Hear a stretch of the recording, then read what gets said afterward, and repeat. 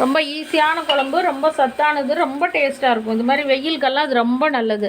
தண்ணி நமக்கு நான் 2 டம்ளர் காஃபி டம்ளரில் வச்சதுனால ஒரு 5 டம்ளர் தண்ணி வைக்கிறேன்.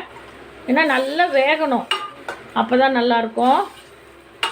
யாருக்கு மத்து போட்டு கடை தெரியுது, அதனால் நல்லா தண்ணி ஊற்றியாச்சு, வெல்லம் போட்டாச்சு.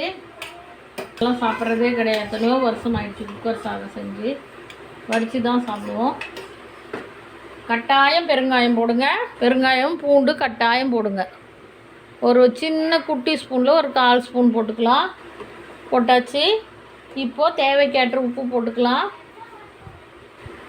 நான் 2 ஸ்பூனு ஒரு 3 ஸ்பூன் உப்பு போடுறேன், பத்தலைன்னா போட்டுக்கலாம். எல்லாம் போட்டாச்சு. அவ்வளோதான். குக்கர் போட்டு வெயிட் போட்டுடலாம். வெயிட் போட்டு ஒரு 5 விசில் விடுங்க, நல்லா வெந்துடும். அப்படியே கரண்டியில் கலக்கி சாப்பிட்ற மாதிரி. அவ்வளோதான். இப்போ விசில் போட்டு கொஞ்சம்